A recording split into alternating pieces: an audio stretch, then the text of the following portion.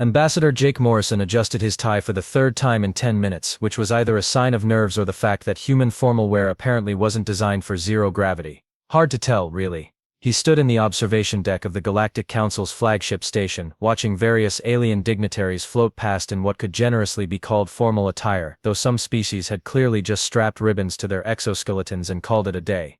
"Nervous, Ambassador?" asked Chairman Vorthak, gliding over with that particular brand of condescending grace that only comes from having wings and a superiority complex.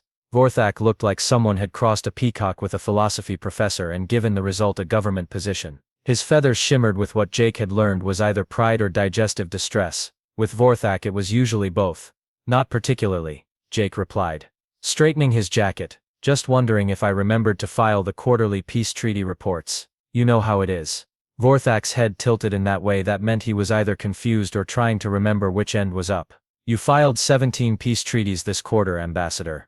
That's more than most species manage in a decade." "Well, when you enjoy your work," Jake said with a shrug.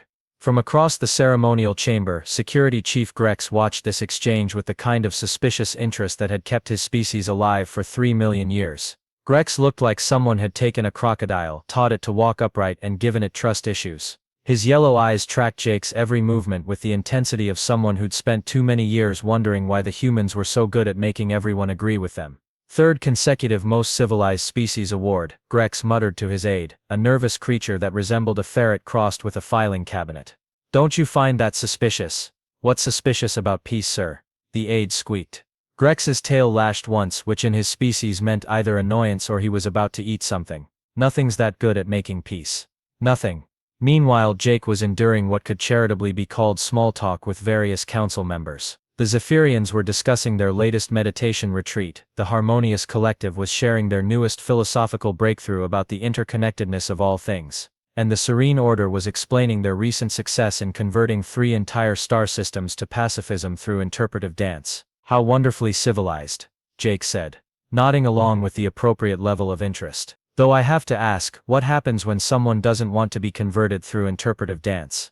The Serene Order's representative, a floating blob of what appeared to be sentient mood lighting, pulsed thoughtfully. "Oh, that's never happened. Everyone always sees the wisdom eventually." "Eventually," Jake repeated, making a mental note. "How interesting." "Yes," Vorthak announced, his voice carrying across the chamber with the authority of someone who'd never been told to pipe down. "Humans truly are the galaxy's most peaceful species. In just 5 years you've negotiated more successful treaties than anyone in recorded history. You've ended wars, resolved trade disputes, and somehow convinced the militant Brotherhood of Eternal Conflict to take up gardening." Jake smiled, that particular human smile that never quite reached the eyes. "What can I say? We're very persuasive." The award ceremony was proceeding with all the dignity and gravitas you'd expect from a gathering of species that had collectively decided interpretive dance was a valid form of conflict resolution. Chairman Vorthak was mid-speech about the virtues of civilized discourse when the station's emergency klaxons decided to join the conversation. "Attention all beings," came the announcement in 17 different languages, which was either very inclusive or a sign that nobody could agree on anything, even emergency protocols. "We are experiencing a hostile boarding action. Please remain calm and proceed to designated safe areas." The reaction was immediate, and exactly what you'd expect from the galaxy's most civilized species. The Zephyrians began a group meditation circle, the Harmonious Collective started humming what sounded like elevator music, and the Serene Order began pulsing in colors that probably meant something profound but looked suspiciously like a disco ball having an existential crisis. "Pirates," Grex announced, his security training kicking in as he checked his weapon systems. "Korvac Syndicate, from the looks of their ships. Heavily armed, completely unreasonable, and definitely not here for the interpretive dance."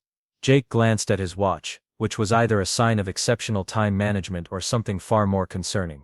"Well, that's unfortunate timing, Chairman Vorthak. If you'll excuse me, I need to handle some paperwork." "Paperwork?" Vorthak's feathers ruffled in confusion. "Ambassador, we're under attack." "Yes, I noticed," Jake said, loosening his tie with the casual air of someone who'd just remembered he had a dentist appointment. "Won't take long, please continue with the ceremony. I'd hate for this little interruption to spoil everyone's evening." And then Jake Morrison, the galaxy's most peaceful diplomat, walked out of the ceremonial chamber with the calm confidence of someone going to refill his coffee mug. What happened next would require years of therapy for most of the witnesses. The first sign that something had gone terribly wrong with the universe was when the lights went out on Deck 7, Not flickering, not dimming, just gone, like someone had explained to electricity why it might want to find somewhere else to be. The second sign was the screaming, which started in the universal language of oh no and rapidly progressed to species-specific variations of what in the name of all that is holy was that.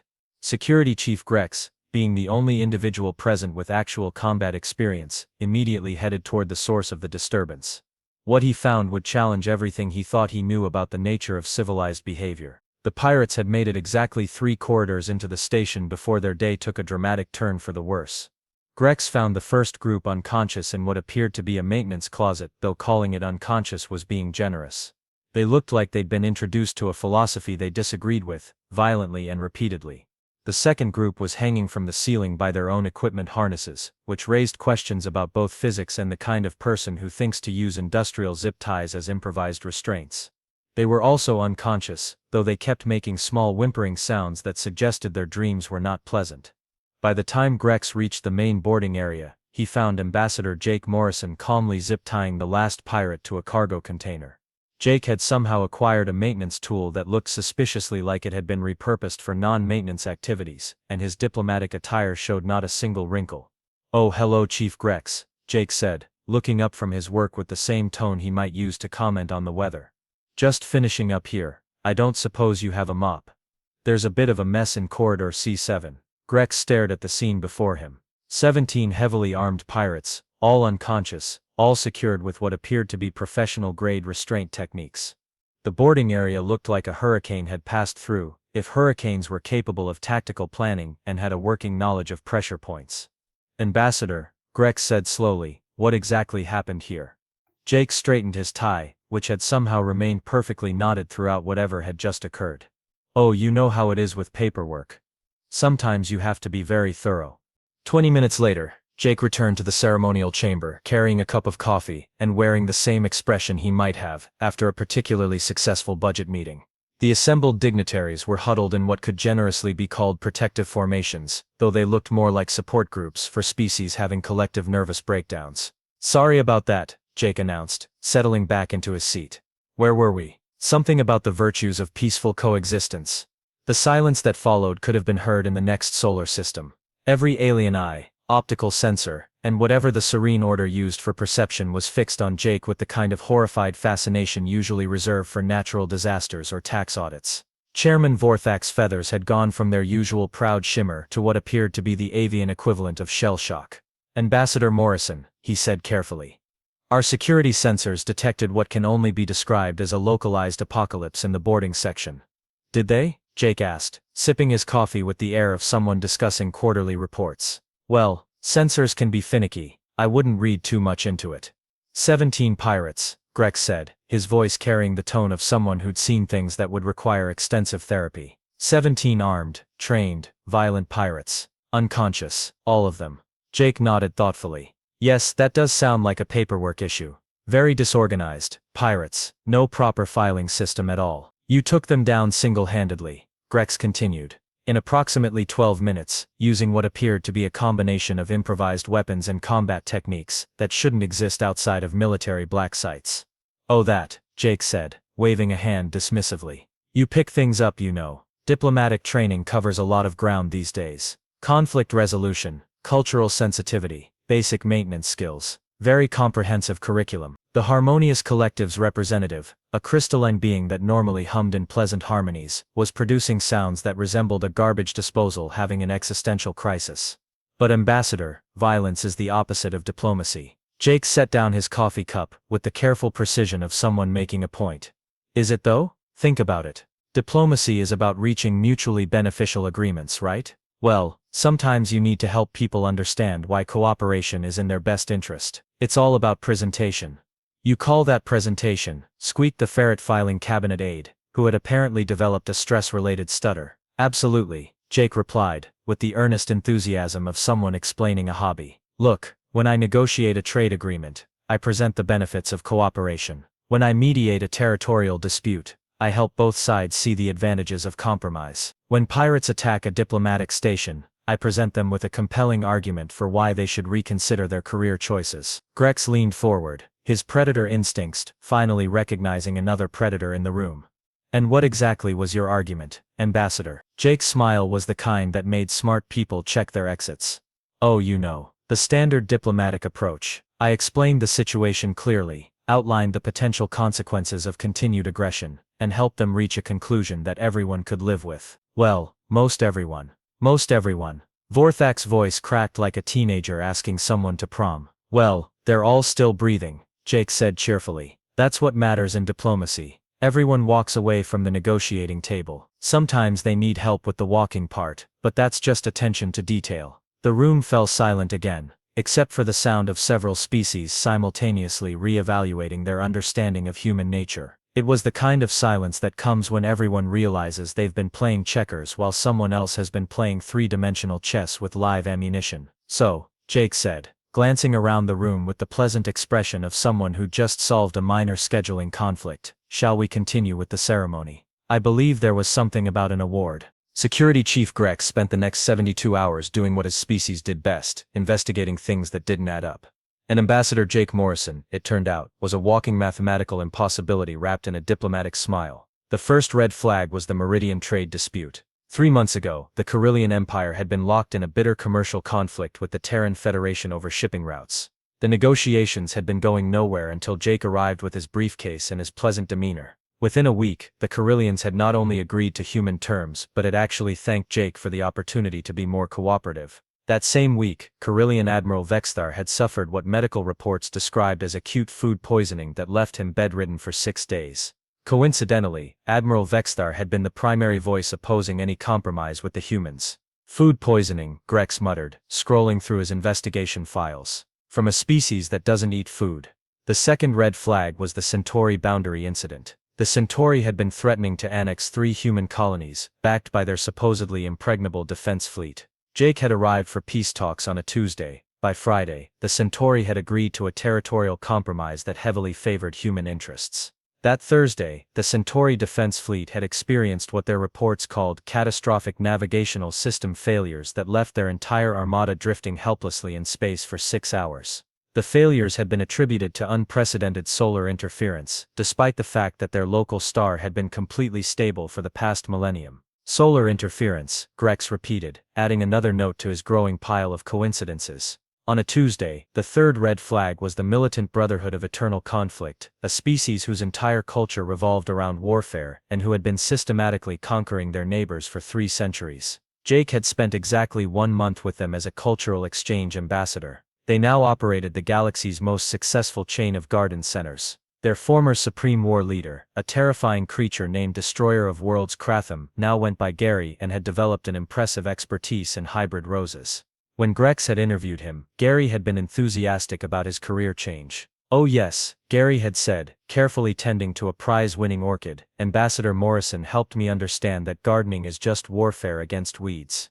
Very enlightening conversation, very persuasive. I remember thinking I'd never considered the philosophical implications of pruning shears before. And you decided to abandon your entire warrior culture because of gardening metaphors? Grex had asked. Gary's expression had gone distant, like someone remembering a particularly vivid dream. Well, the ambassador had some very compelling points about the importance of choosing the right tools for the job. Very compelling. I found myself agreeing with everything he said, really. Funny how that works. The pattern was becoming clear, and it was the kind of pattern that made Grex's survival instincts scream warnings in 17 different languages. Every successful human negotiation coincided with mysterious accidents, sudden illness, or inexplicable equipment failures affecting those who opposed human interests. The vegan collective had suffered a plague of what they called aggressive meditation sickness right before agreeing to a mineral rights deal. The Stoic Federation had experienced spontaneous philosophy conflicts that left their leadership too confused to resist a territorial agreement.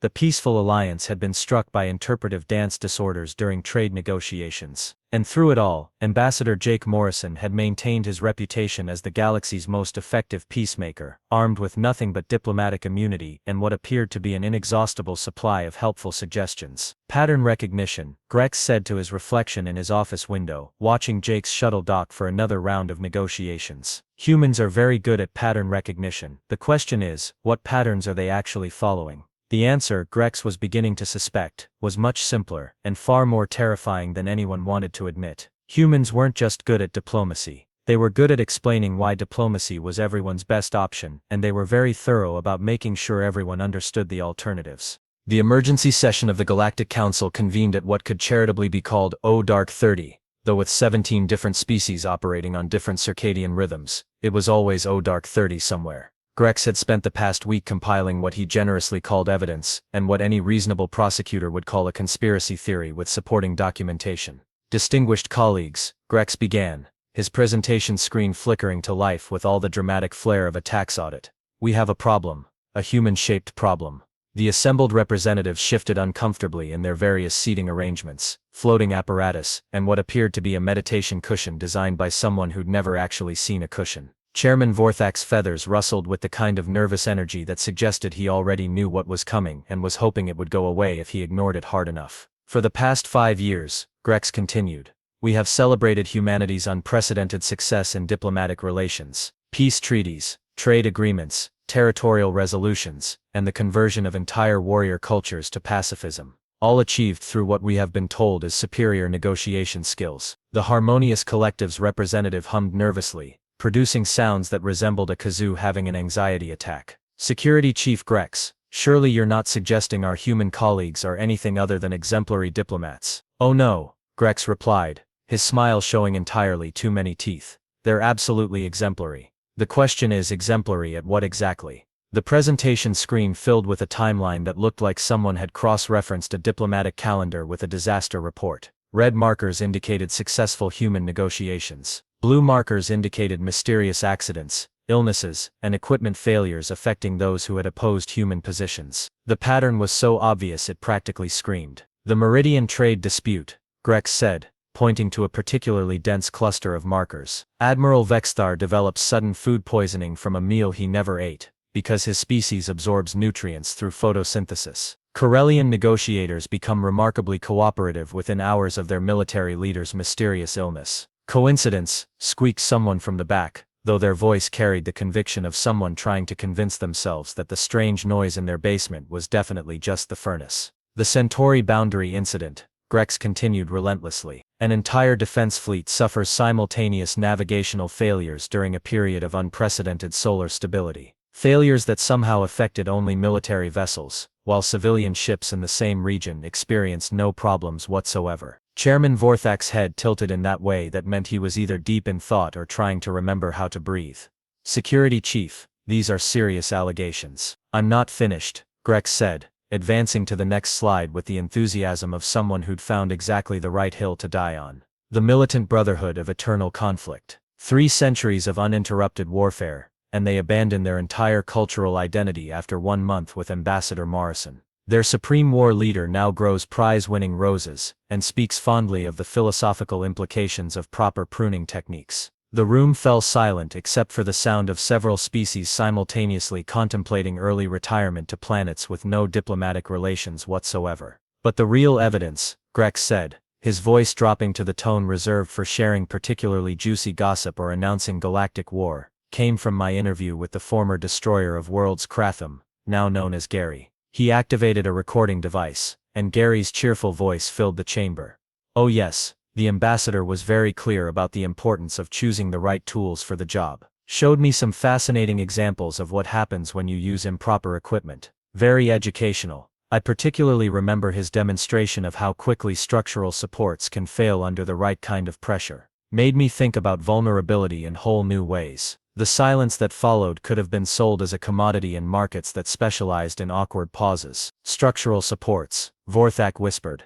Vulnerability assessments, added the Serene Order's representative, their usual peaceful glow flickering like a dying light bulb. The point, Grex said, is that our human colleagues haven't just been negotiating. They've been conducting what I can only describe as educational seminars on the benefits of cooperation, with very practical demonstrations of the alternatives. As if summoned by the universe's sense of dramatic timing, the chamber doors opened to admit Ambassador Jake Morrison, carrying his usual briefcase, and wearing his usual expression of pleasant professionalism. He looked around the room with the mild interest of someone who'd stumbled into the wrong meeting but was too polite to leave. Oh hello everyone, Jake said, settling into his seat with the casual air of someone joining a book club discussion. I hope I'm not late. Traffic was terrible. Well, there was that small issue with some asteroid miners who were having labor disputes, but we sorted that out. They're very reasonable people once you explain the situation properly. The room stared at him with the collective expression of prey animals that had just realized they'd been sharing the watering hole with something that viewed them as a light snack.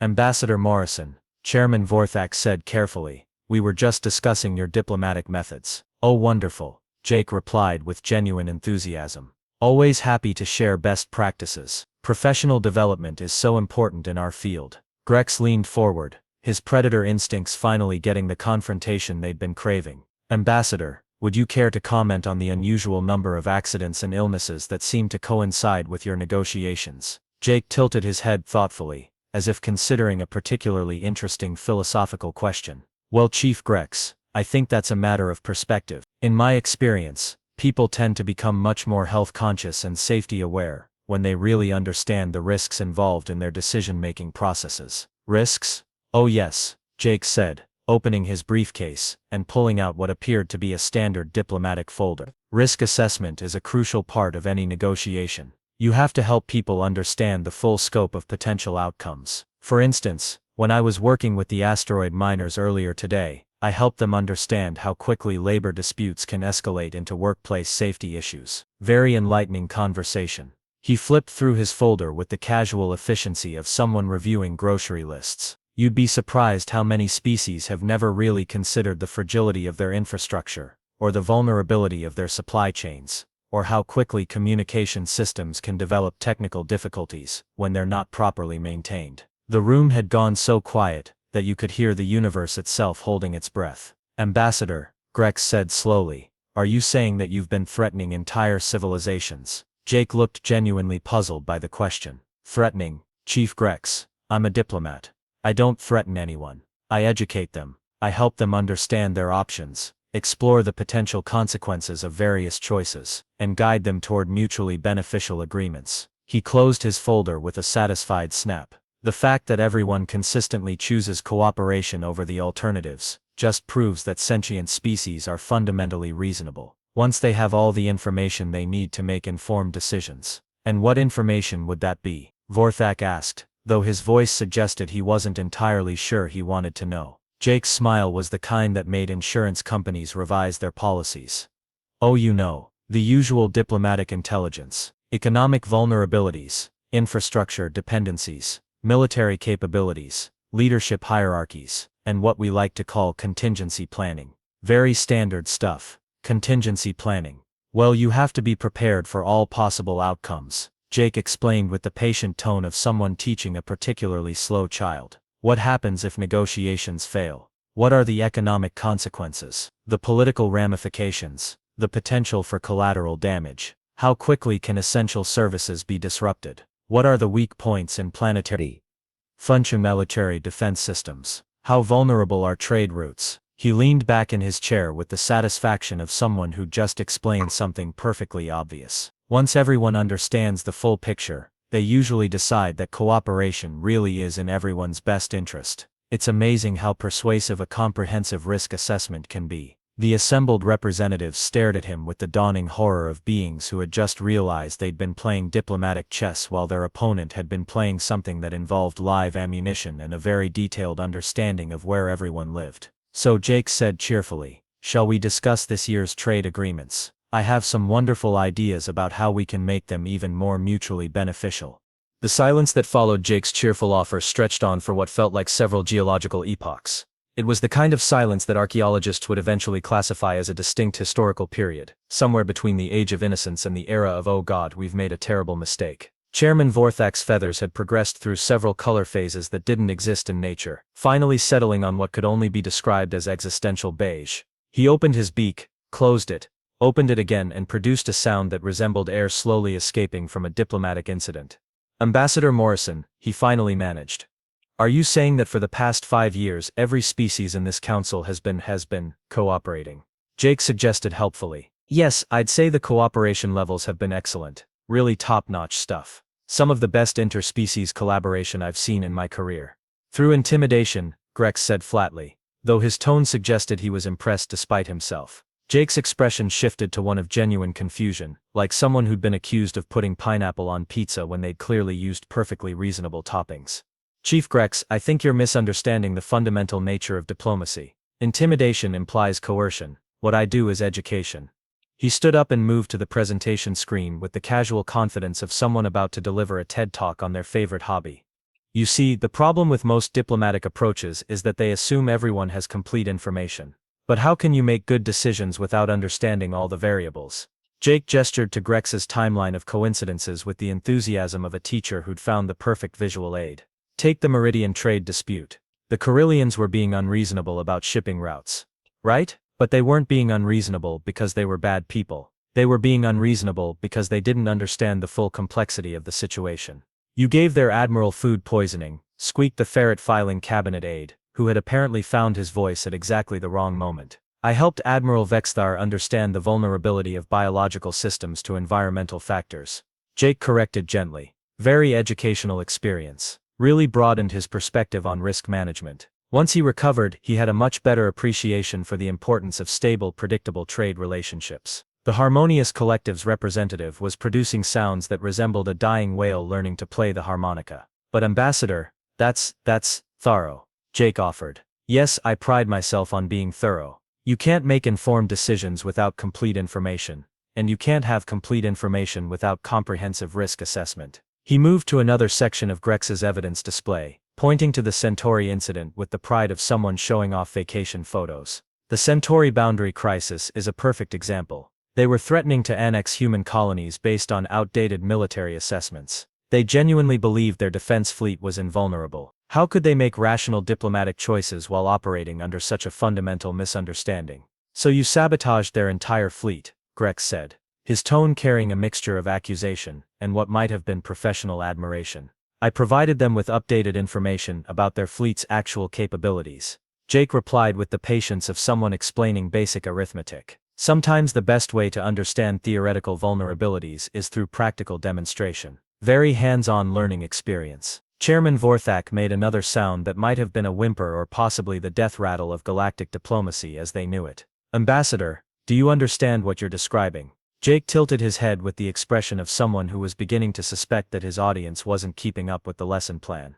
I'm describing effective diplomacy, Chairman. The kind that actually works instead of just making everyone feel good about themselves. He moved back to the center of the room, addressing the assembled representatives with the earnest enthusiasm of someone sharing a profound insight. Look, here's the thing about cooperation. Real cooperation, not the pretend kind that falls apart the moment someone thinks they can get a better deal somewhere else. Real cooperation only happens when everyone understands that working together is genuinely their best option. Through fear, the Serene Order's representative pulsed weakly. Through information, Jake corrected firmly. Fear is just incomplete understanding. When people are afraid, they make bad decisions. When people are properly informed about their options and the potential consequences of their choices, they make good decisions. They make cooperative decisions. He pulled out a tablet from his briefcase, scrolling through what appeared to be a comprehensive database of some kind. For instance, the asteroid miners I dealt with earlier today. They weren't afraid of me. They were grateful.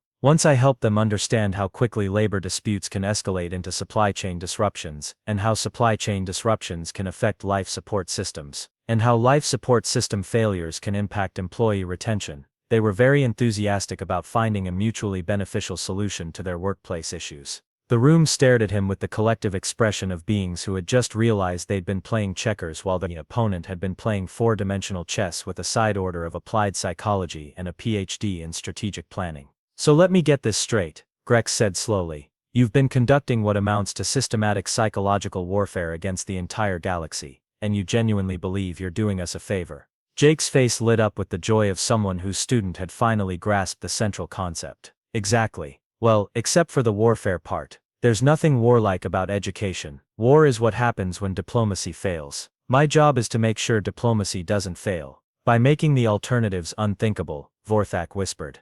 By making the alternatives clear, Jake corrected. There's a difference. Unthinkable suggests something mysterious and scary. Clear means everyone knows exactly what they're choosing between. Cooperation and mutual benefit on one hand, or comprehensive systems failure and societal collapse on the other. Very straightforward decision tree. He looked around the room with the satisfied expression of someone who had just solved a complex problem through the application of basic common sense. The beautiful thing is, once everyone understands the choice, they always choose cooperation. Every single time. It's almost like sentient species are naturally inclined toward peaceful coexistence when they have complete information about their alternatives. The assembled representatives engaged in what could generously be called thoughtful consideration, and what would more accurately be described as the collective mental process of prey animals calculating their chances of survival. Chairman Vorthak was the first to speak, his voice carrying the tone of someone who had just discovered that their insurance policy included a clause about acts of diplomatic education. Ambassador Morrison, speaking hypothetically, what would happen if the council were to express concerns about human diplomatic methods? Jake's smile was the kind that would make statisticians revise their calculations about probability and certainty. Well, hypothetically, I'd be very interested in helping the council understand the full scope of concerns involved in such an expression. Risk assessment, consequence evaluation, alternative scenario planning. Very comprehensive educational process. And if we were to, hypothetically, request that humans modify their diplomatic approach, added the Harmonious Collective's representative, whose harmonious humming had devolved into what sounded like a broken air conditioner. Oh, that would be fascinating, Jake replied with genuine enthusiasm. I'd love to explore what modifications you had in mind, and help everyone understand how those modifications might affect the stability of existing agreements, the reliability of current trade relationships, and the overall security architecture that keeps this whole galactic civilization thing running smoothly. The room fell silent again, this time with the quality of silence that comes when everyone simultaneously realizes they've been cornered by someone who views checkers as a warm-up exercise for the real game. So, Jake said, glancing at his watch with the casual air of someone who had just concluded a routine business meeting. I think we're all in agreement that the current diplomatic framework is working quite well. Excellent cooperation levels, stable trade relationships, and a remarkable track record of peaceful conflict resolution. He packed his tablet back into his briefcase, with the satisfied efficiency of someone whose work here was done. I'm particularly pleased with how well everyone has embraced the concept of informed decision-making. Really shows the maturity of galactic civilization. Chairman Vorthak's voice came out as barely more than a whisper. And humans will continue to provide educational support. Oh, absolutely, Jake replied cheerfully. We're committed to helping maintain the current level of interspecies understanding. Very important work. Can't have people making decisions without complete information, after all. He stood up, straightening his tie with the casual gesture of someone who had just successfully concluded another day at the office. Well, this has been a wonderful discussion. Very productive. I'm looking forward to this year's cooperation initiatives. I have some excellent ideas about how we can make them even more mutually beneficial. As Jake headed toward the door, he paused and turned back with the expression of someone who had just remembered something important. Oh, and congratulations to everyone on another successful year of peaceful cooperation. Really impressive stuff. I'll make sure to include it in my report to the Terran Diplomatic Corps. Your report? Grex asked, though his tone suggested he wasn't entirely sure he wanted to know. Oh yes, Jake said with the pride of someone discussing a particularly successful quarterly review. They love hearing about best practices, always looking for ways to improve our educational outreach programs. Very supportive organization. They're particularly interested in expanding our diplomatic education initiatives to species that haven't had the benefit of comprehensive risk assessment training yet. The door closed behind him with a soft hiss, leaving the assembled representatives to contemplate a universe that had just become significantly more educational than they had previously realized. Chairman Vorthak was the first to break the silence. I move that we approve all pending human diplomatic initiatives. Seconded came from 17 different voices simultaneously. All in favor. The vote was unanimous, enthusiastic, and completed in record time. And so the galaxy learned to embrace what historians would later call the golden age of informed cooperation, a period characterized by unprecedented peace, remarkable prosperity, and a universal appreciation for the importance of complete information in diplomatic decision-making. Human diplomats continued to travel throughout the galaxy, briefcases in hand, helping species understand the full complexity of their choices and the comprehensive nature of potential consequences. Their success rate remained perfect, their methods remained educational, and their students remained remarkably cooperative. After all, as Ambassador Jake Morrison had so helpfully explained, real cooperation only happens when everyone understands that working together is genuinely their best option. And thanks to human diplomatic education, Everyone always did. The galaxy had finally learned what apex predators had always known. The most effective way to maintain peace isn't to eliminate the capacity for violence. It's to make sure everyone understands exactly what that capacity looks like, and why cooperation is so much more pleasant than the alternative. And if that wasn't the perfect example of civilized behavior, well, nobody was particularly interested in exploring what uncivilized behavior might look like. They were all far too well educated for that.